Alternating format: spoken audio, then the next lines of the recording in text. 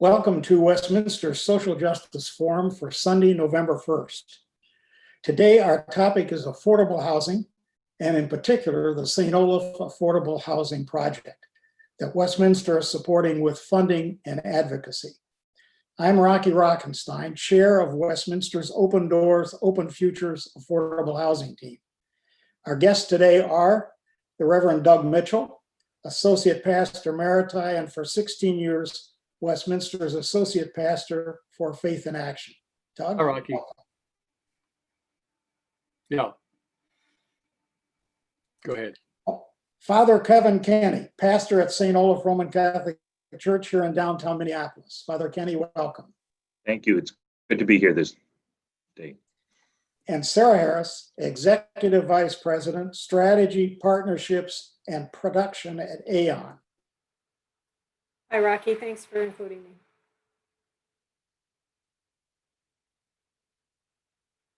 Rocky, I think you're on mute. Welcome, Sarah.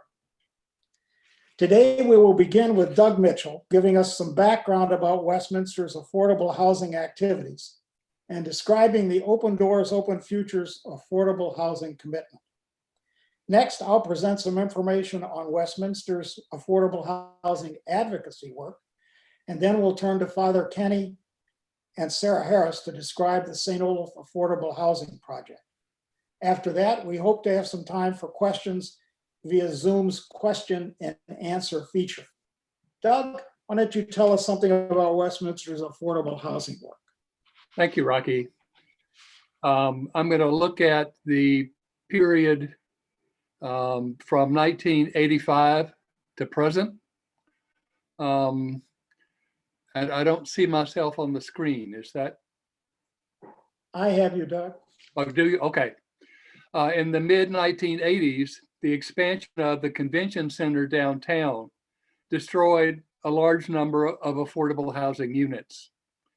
The Reverend Don Meisel from Westminster helped lead a new Grant Street coalition that advocated for and received funding from the state to provide replacement housing. This was accomplished by the creation of the Central Community Housing Trust in 1986. Dr. Meisel represented Westminster as a leader on the Grant Street Coalition, along with representatives from Wesley United Methodist, Central Lutheran, and Hennepin Avenue United Methodist. The Central Community Housing Trust later became Aon. So we will begin and end my presentation with Aon. Westminster carried out a program from 1986 to 2015 that provided professional case management and mentors for 3 to 5 families at a time to help them improve their employment, family, and housing situations. A family stayed in this program from 12 to 18 months of support, including housing subsidies. Westminster members, working with an associate pastor, founded the community involvement programs that provide housing and services to persons with developmental disabilities. And working with other congregations, created community involvement community involvement program, People Incorporated, which provides housing and services to people with mental illness. Westminster has participated in the Greater Minneapolis Council of Churches Paint-a-thon program for over 30 years. This program identifies homeowners whose houses have been cited by the city and matches them with congregations and businesses who repaint them. This helps elderly and handicapped residents stay in their homes.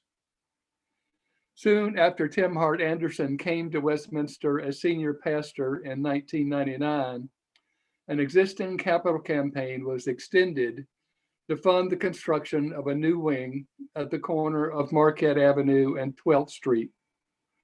Under Tim's leadership, the session made a decision to commit 20% of any capital campaign to a mission component. A task force, of course, was created to plan the mission component, and they were asked to determine what the highest priority for Westminster's mission should be. In 2000, they brought a recommendation that was approved by the session to make the affordable housing our #1 commitment. I was hired in 2001 and in part charged with implementing this commitment. We contributed construction fees and volunteers for 50 units of Habitat for Humanity housing, 25 of which were in Heritage Park in North Minneapolis. These units are home ownership for low-income families selected by Habitat. Westminster has contributed a total of $650,000 to Twin Cities Habitat in the last decade from 2 capital campaigns, and also played a key role in creating Congregations Building Community, an interfaith coalition of 15 congregations that worked on housing units in Heritage Park. In 2007, Westminster joined with Plymouth Congregational Church to create Housing 150, an LLC under the board of the Plymouth Church Neighborhood Foundation, PCNF, to carry out housing development that would serve people making 50% or less of the area median income. PCNF is now called the Beacon Interfaith Housing Collaborative. Westminster put $750,000 into Housing 150. With PCNF, Housing 150 rescued and renovated a 20-unit Section 8 building at 1801 First Avenue in downtown Minneapolis called Abbott View because it was right across the street from the original Abbott Hospital.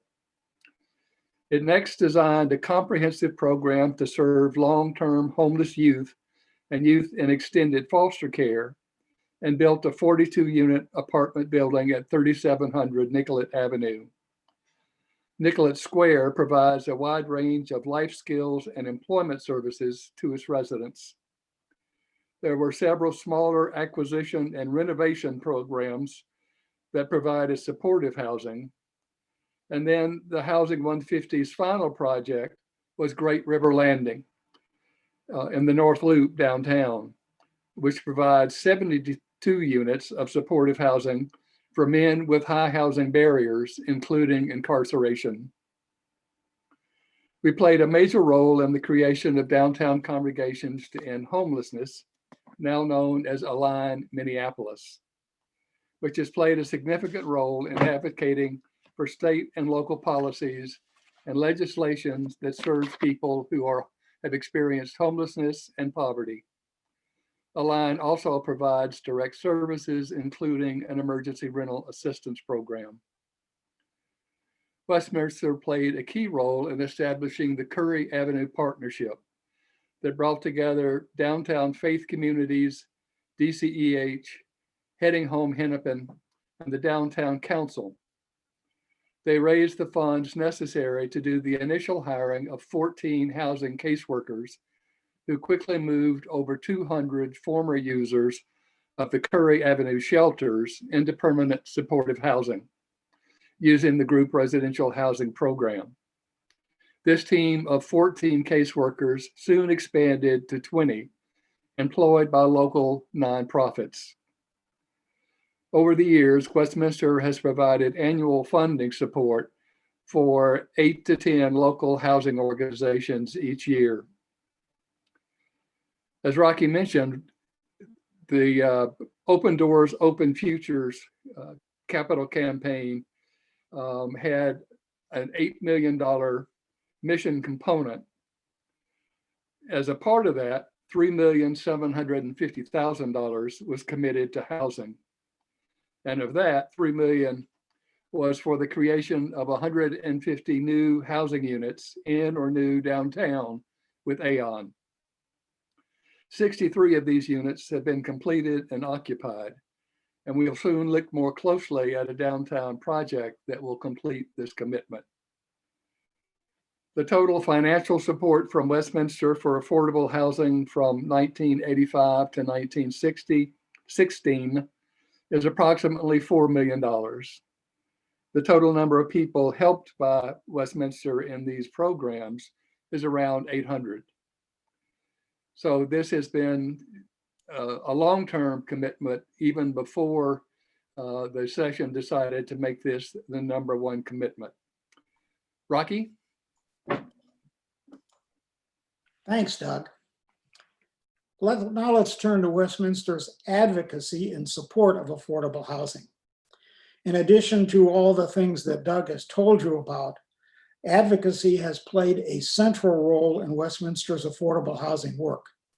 Our advocacy has been in two areas: for specific projects that we were supporting, like Nicollet Square and Great River Landing, and support of public policy that favors and funds affordable housing. To support specific affordable housing projects, Westminster members have been advocates for those projects with people living close to the project site, with neighborhood organizations like the Loring Park Neighborhood Association and the Downtown East Neighborhood Association, and with business organizations like the Downtown Council. Westminster members have also appeared before city councils and county boards to support zoning and other land use changes and funding requests for these projects. To support public policy that favors and funds affordable housing, Westminster members have appeared before and provided letters of support and other materials to city councils, county boards, the Metropolitan Council, and the Minnesota Legislature. Often, these efforts have been in partnership or with part of other organizations like the Joint Religious Legislative Coalition and the Homes for All Coalition. Critical to Westminster's affordable housing work and its other social justice ministries was the congregation's decision in 2020 to call a full-time associate pastor to focus on social justice ministries and mission, which we often call faith in action. The Reverend Doug Mitchell was the first associate pastor we called to do this work. His background in social action, his organizational skills, and his leadership brought focus and energy to Westminster's social justice ministries and mission, especially in the area of affordable housing. When Doug retired, Westminster renewed this commitment by calling the Reverend Elena Simone Tyler as Associate Pastor for Justice and Mission. Elena is ably continuing this work. Now let's turn to Father Kenney to learn about St. Olaf's social justice work and the significant opportunity we have to support the St. Olaf Affordable Housing Project. Father Kenney, will you join us, please? Good. Thank you, Rocky. It's a pleasure to be here on this panel this day to share with you all our mission here at St. Olaf. St. Olaf has been on the corner of 2nd Avenue and 8th Street for 80 years and has always been a part of the downtown community. Our mission has always been the living sign of Christ in the heart of the city. So our mission is always to serve everyone who comes through our doors, and we've served a variety of people over the years. I myself became pastor here a year and a half ago on July 1st of 2019. But the interesting piece is I began my work as a priest here from 1994 to 98 when I was first ordained as an associate. Went out, came back, and they sent me back. And one of the issues that when I met with Archbishop Hebda talking about coming back to St. Olaf was I said, I heard about this affordable housing project. Are you in agreement with it? And he said, well, you're not thinking of not doing it, are you? And I said, no, I just want to make sure that you and the Archdiocese is in agreement. And he said, we're backing it 100%. And so when I was here back in between 94 and 98, Father Ferlitti was the pastor at the time, and observing what was going on our city block here, he recognized that the Exodus Hotel and the Meccano building were depleting themselves and were going up for sale. And so he, in his foresight and the leadership of the parish community at that time, decided to purchase the Exodus Hotel and the Meccano building. And so once it was purchased, Father Ferlitti had a relationship with Catholic Charities, and Catholic Charities agreed to come in and lease the building from us to run a transitional housing program. So that all began in 1998 when Catholic Charities took over the running of the Exodus. Currently, the Exodus right now is a hotel before, which is a transitional housing project, taking people off the streets out of when they're coming out of hospitals for a place for respite before they can find housing for them. And it was decided back in May of 2017, Catholic Charities and the leadership at St. Olaf at that time gathered and agreed that the building needed great repair, and neither Catholic Charities nor St. Olaf had the finances in order to do the significant upgrades that were needed. So the lease, at that time, they decided the lease would end on June 30th, 2018. But then Catholic Charities needed times in order to gain funding and look for another place to move to. And so they had agreed at that point, about mid 2021, that the lease would be up at the Exodus. So the leadership here at St. Olaf, then working with Pat Ryan and Ryan Construction, looked at what could be done, knowing the need for affordable housing in downtown Minneapolis, knowing that we had property that could be used to build affordable housing, to go out and find a partner who would work with us in that. And so Pat Ryan and Ryan Construction helped in the process, searched out different organizations, looked at the feasibility of what buildings could be placed on our property. And it was interesting enough, back in March of 2015, Aon came knocking at the door of St. Olaf asking if there was any thought or possibility of building affordable housing above our parking lot. And at that time, the leadership said no. But now back into 2018, and Pat Ryan and company, when they went out and looking, Aon was one of the organizations that they looked at, interviewed, and who made a proposal to St. Olaf at that time to build and to work with us in building affordable housing. So in February 4th of 2019, it was presented to the leadership of the parish, and the parish agreed that, working with Aon, that we would open our property to the building of affordable housing. So the Exodus Hotel will be converted into affordable housing. The St. Francis Park, part of that will be used to build a new building for affordable housing, and then it was agreed upon that affordable housing would be built up upon the parking lot, reserving the parking lots below the housing for St. Olaf's use, and then building stories above that where affordable housing or housing for seniors would take place. One of our relationships that we've had with the Exodus is always being good neighbors. We've done a lot of ministry with the residents and the guests who stay at the Exodus, and would hope to continue that with the housing project that is going on, will be going on our properties. And so we're very happy to be working with Aon, and very excited about the possibility down the road of having the affordable housing. I know Sarah's going to talk to us about a little more of the details that will be going on, but coming as a new pastor here at St. Olaf, I look forward in the years ahead to continue with this project, to work with it, and to know that our property is being used for good use as we partner with Aon, who will build the buildings and will manage the buildings, and we will continue to minister to whomever lives there and continue to work with Aon directly in building this affordable housing. I'm very happy that the city of Minneapolis is looking favorably upon this as well, and for this great need that exists in our community today. So with that, Rocky, very happy to turn it back to you and answer any questions later on. Thank you, Father Kenney. Now let's turn to Sarah Harris to talk about Aon and its development plan for the St. Olaf project. Sarah?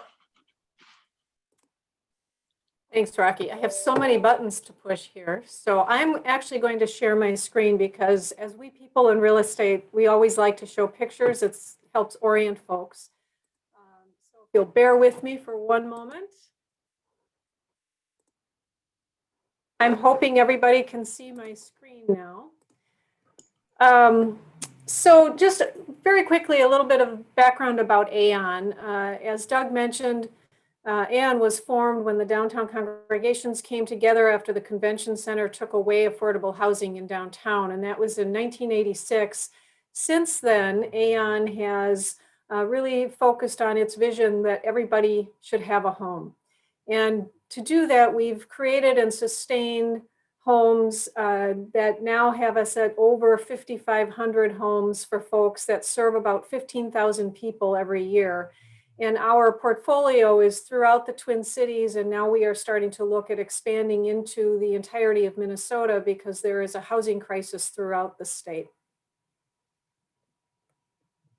I would just also mention quickly that we changed our name from Central Housing Community Trust because we were expanding beyond the central part of the city, and we chose the name AON because that stems from the Latin word eon, which means forever. And AON is really looking at how do we provide this affordable, stable housing for folks for the long term. And that's going to be an important part of our discussion today about the long-term affordability of living in downtown. Now, I like to show a map just to orient everybody. I'm sure you all know where St. Olaf is. This map can be a little bit chaotic with all of the different notes that are on it. But effectively, what we're trying to say here is that St. Olaf is really in the core of downtown Minneapolis. And when I think about affordable housing, it's as much about affordable living as it is about just the home in which people are living. It's the ability to be in a community that is surrounded by good transportation, amenities, places to work, and of course, this location is surrounded by all of those things and then some. Now, to give you your bearings, here we have a photo of the site, and you can see that the St. Olaf Church remains on the block. And what we are talking about doing is, as Father Kenney mentioned, we will be building a building on the southwest corner, putting an addition on the property that attaches to the existing Exodus Hotel. And we will also be building a new building on the northeast corner of the block, which is over where the St. Olaf parking lot currently sits. For the southwest corner, we'll be remodeling the Exodus building and then putting the addition on. And in total, we expect about 120 units of housing in that combination of existing and new building. And that building will serve folks who are earning up to $21,700 per year if they're an individual, or $24,800 per year if it's a two-person group living in the unit.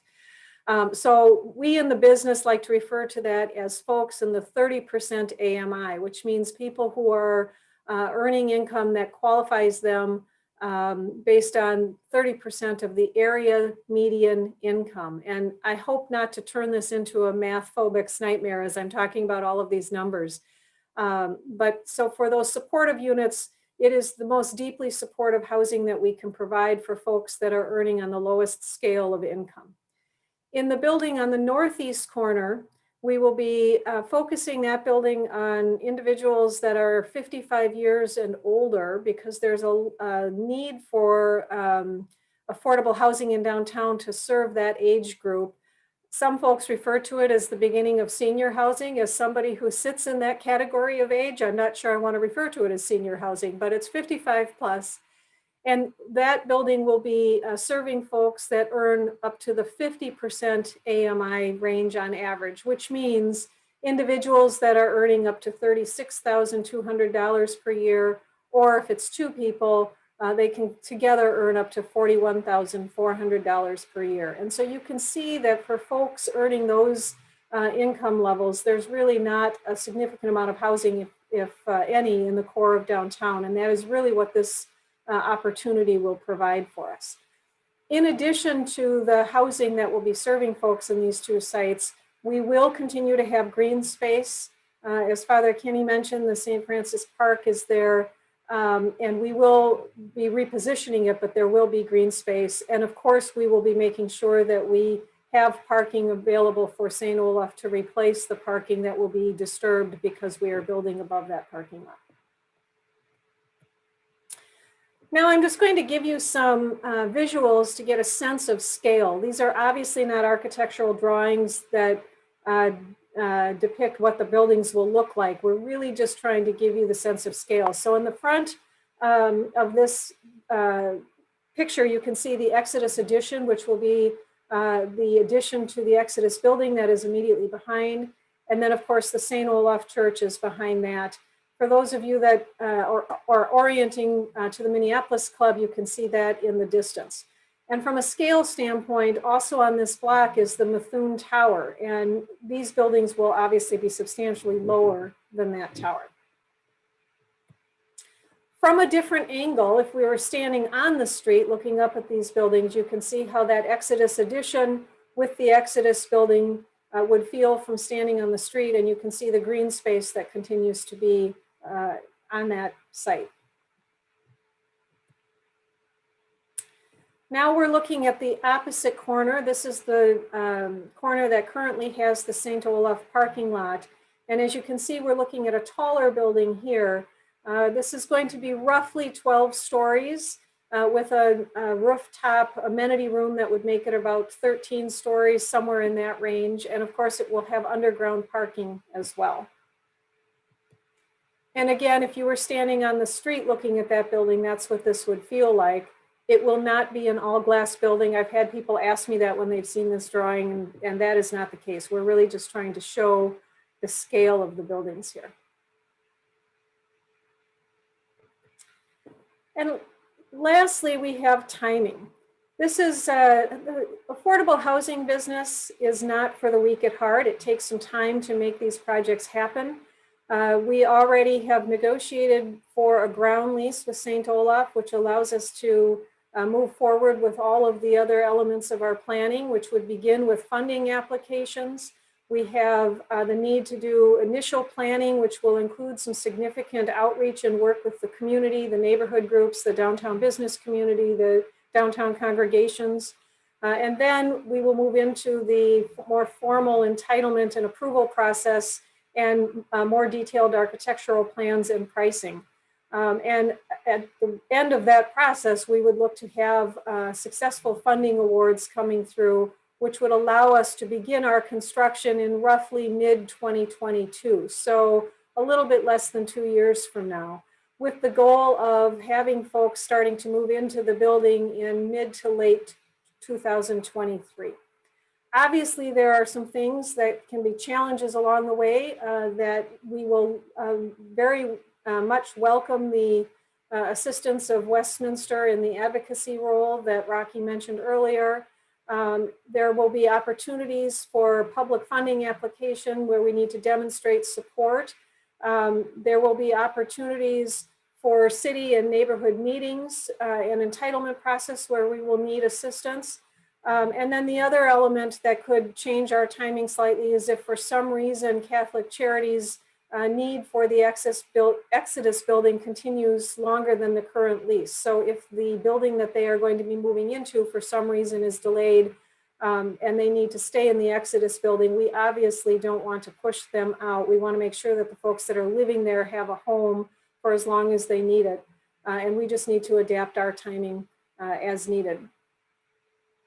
So I think with that, I'd love to get more into the questions and answers rather than listening to myself speak. So Rocky, I'm going to hand it back to you as soon as I can figure out how to stop sharing my screen. There we go. Right. Thank you, Sarah. Just to be clear, in addition to the advocacy, which we've already started on behalf of this project, joining with St. Olaf and our advocacy support, we would also be committing $2 million from our Open Doors, Open Futures to the funding.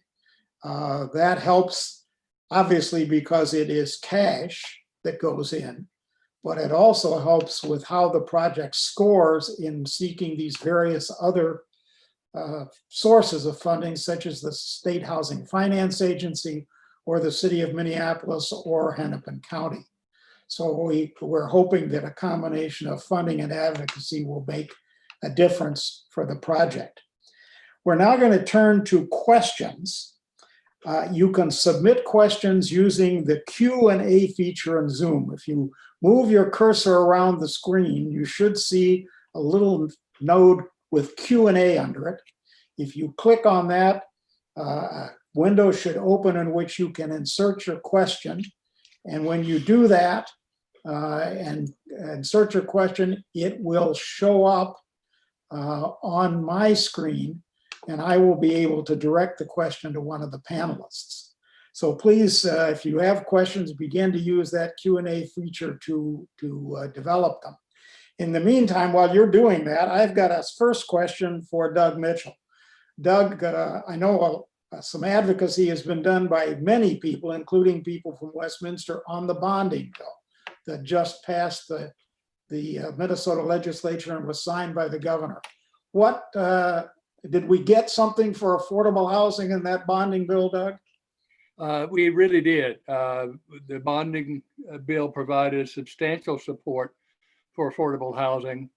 And this is the opportunity to thank all of the folks at Westminster who worked most directly with the Joint Religious Legislative Coalition and Homes for All Coalition on this. All those cards and phone calls and emails paid off.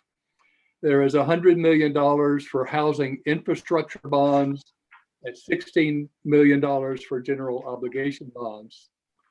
The housing infrastructure bonds are one of the primary avenues for funding the construction of affordable housing. So that will be one of the pools of money to which AON will be applying either this bonding bill or the next, so that supports the general construction. The general obligation bonds, or GO bonds, can only be used by government entities, and primarily they're used to maintain the existing stock of public housing, which has had terrible underfunding in its maintenance work, a lot of delayed maintenance. And so the general obligation bonds will help fund that work with government-owned buildings like public housing. Thank you, Doug. Another question, maybe this one goes to AON because they'll be managing the project and probably doing the rent up of it. What about managing the racial ethnic makeup for residents of the St. Olaf project? Sarah, can you give us an answer to that? Well, my answer would be that AON, since its inception, has been very devoted to the justice issues surrounding affordable housing and how affordable housing can provide for the stability to enter into the economic and other community systems in a stable way. From a how do we manage racial makeup and what have you, we necessarily comply with the Federal Fair Housing Act, which requires us to allow anybody who meets the affordable thresholds that we have to live in our buildings. And you know, our populations throughout all of our other buildings are very diverse. Even in some of our older buildings that have long-standing residents in them, we have significant diversity in the buildings, both by age, by racial, by religious, pretty much every different kind of marker of diversity we have throughout our buildings. Okay. I actually have a question for Father Kenney. Westminster is easily in walking distance of your church and of these folks who are going to be on the block. Would there be opportunities where we might partner with your folks on serving the people in these buildings if we sat down to talk about that? Very much so. We'd love to be able to do that. Before the pandemic struck, we'd have a dinner once a month for the residents at Exodus, and that would take place in our one of our halls in the church here, and I know people came from all over to help with that. So there's many different opportunities, many different ministries that we'd love to work together with you to be able to, entertain, host, serve these folks in a way of involving them in the community, in the neighborhood, and being that, we're all within walking distance of one another. It makes it a lot easier to be able to do activities, and hopefully we will be able to gather in 5 years or 4 years, whenever this happens.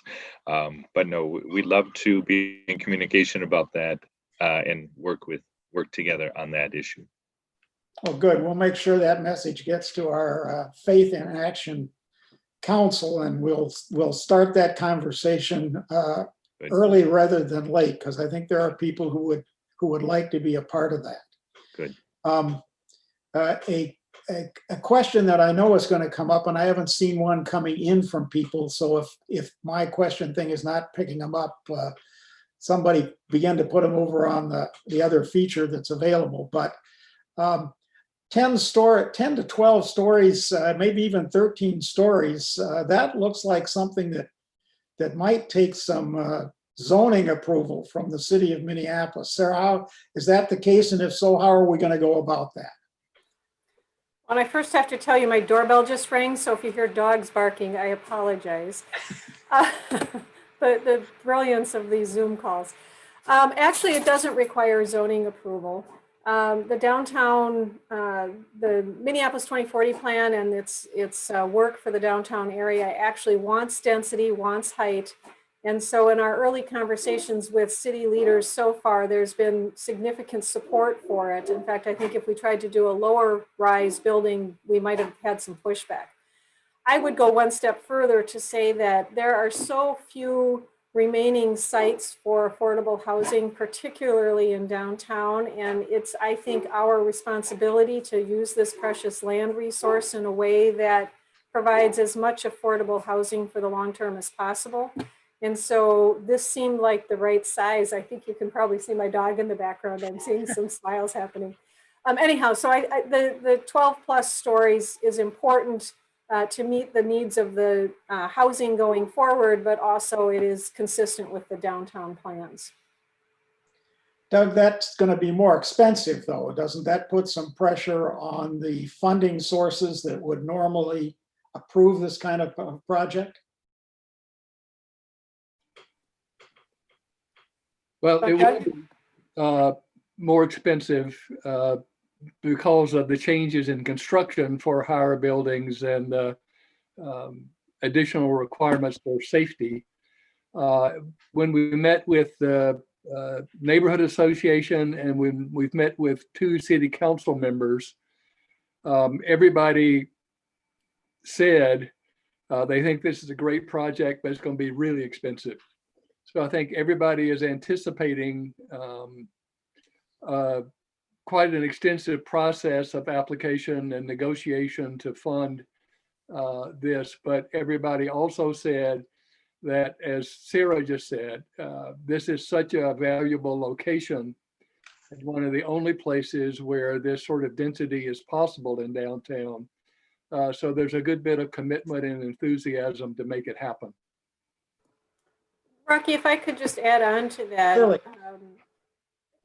Yes, it's going to be more expensive because of the construction type.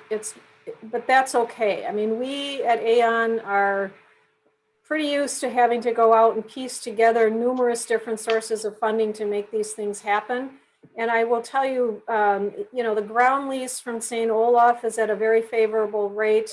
The funds that Westminster has committed, all of these things start to piece together a narrative that says this is incredibly important to the community. This is a broad coalition that wants this to happen.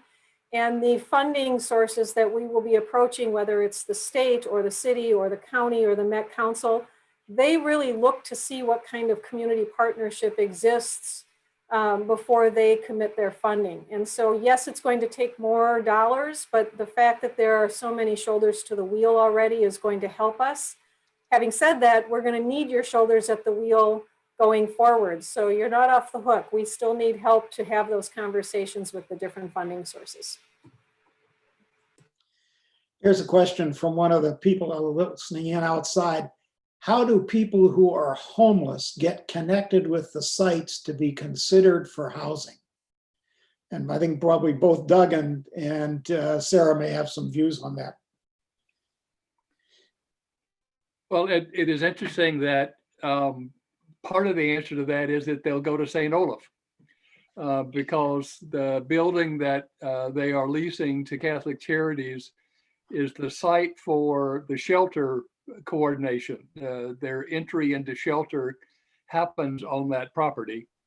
And so that is a major source of referral and communications in the same place they're used to going, which is really nice. So that the opportunities to refer to more permanent housing or transitional housing first and then permanent housing can be managed for now out of that site. But also a number of organizations that work with people who experience homelessness have outreach workers who are highly skilled in leading people from the streets through the various steps of getting permanent housing. So there's a broad infrastructure for identifying people, building relationships, and making the referrals to existing housing. And I would just add on to that, that part of that infrastructure or safety net is what we call the coordinated entry system, which is a coordinating body of government that pools all of the different available housing supports. And so when there are individuals in need of housing, that coordinated entry system helps to identify which housing best serves the needs of that individual and then helps to place those folks in housing so that the individual doesn't have to go out and find all of these different places. And it also helps the housing providers like Aon or others to make sure that we are meeting the needs of those folks in the community. And are there units set aside in this plan for homeless persons?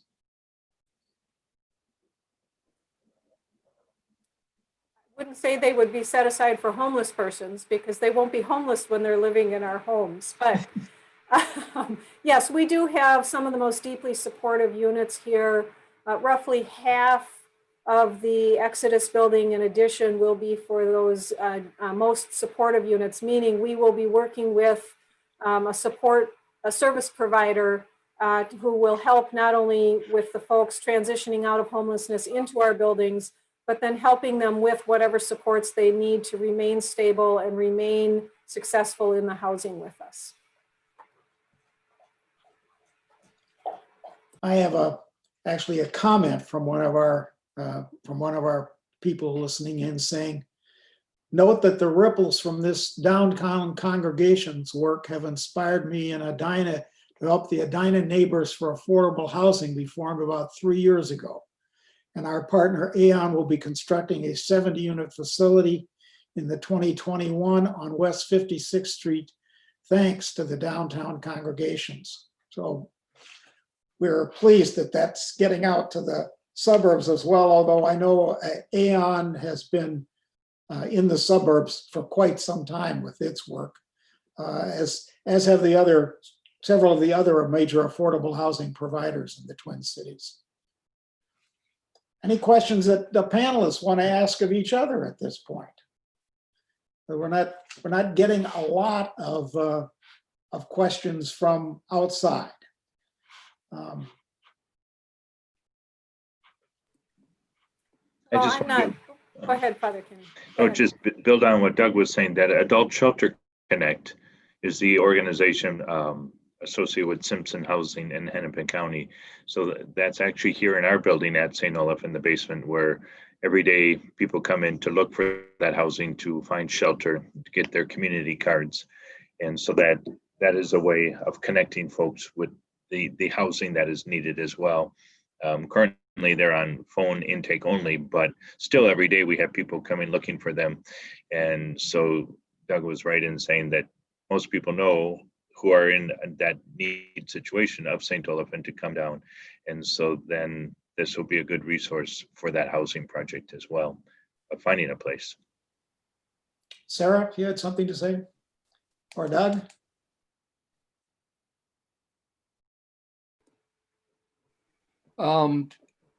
With housing, the terms that get thrown around can be very confusing. And one of the distinctions that we've heard referred to is transitional housing and permanent housing. Just to clarify, transitional housing is time limited, if possible. The problem with it, people move into transitional housing and receive services that help them prepare psychologically, employment-wise, health-wise, to be able to move into permanent housing. And when they are finished with that program of development, they then have to find an affordable permanent housing so that people can get stuck in the transitional housing, even though it's designed to be time limited. That depends on them being able to find a place outside of the supportive housing. But some permanent housing has support, is supportive housing. So you're not just giving somebody four walls and a door that locks, although that's incredibly important, but you're providing them with services as well. And so there is a sort of a multi-layered continuum from shelter to supportive housing to permanent housing that people can move through. And the organizations that work with people have a lot of experience working with each other and with people in their housing to move them through that system.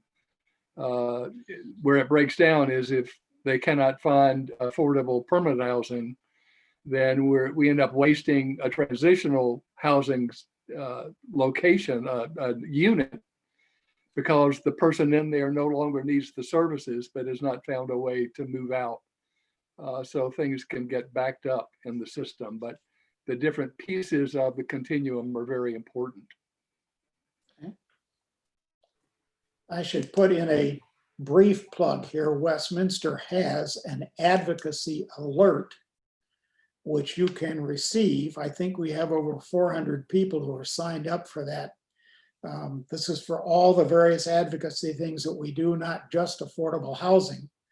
But if you go on the website, you can sign up to receive those alerts, and you can then be a part of whatever kind of advocacy you find to be comfortable for you.